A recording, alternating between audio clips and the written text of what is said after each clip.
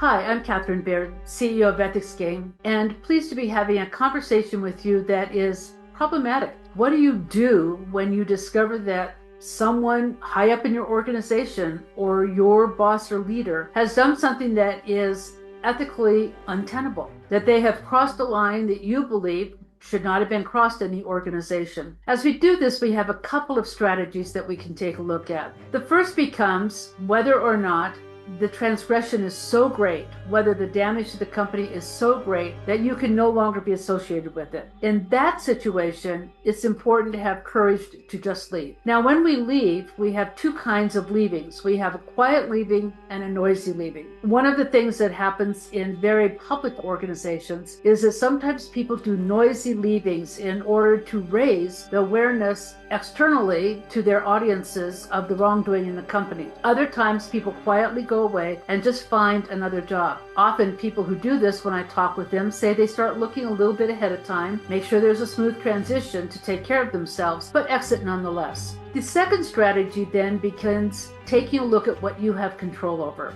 What is your sphere of influence? And in that, making sure that you don't become a quiet enabler of the behavior. This requires sometimes telling someone, you know that I cannot do that.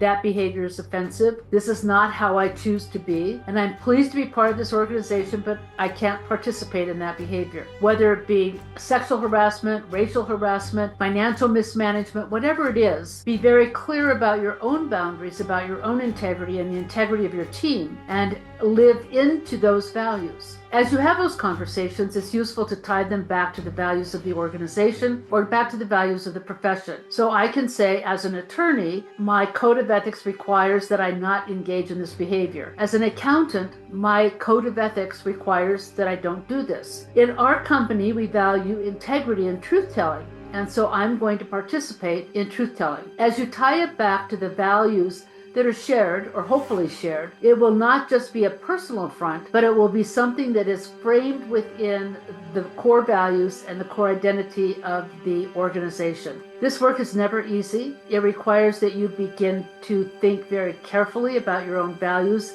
and what behaviors count for living into them. It also requires that you understand that someone in a leadership position may see the world very differently than you do, and behavior that you think is inappropriate may in fact, in their role and given what they're doing, be absolutely appropriate. As we begin to think about those differences, we are able to exercise discernment and move ahead with wisdom, grace, and integrity. Thank you.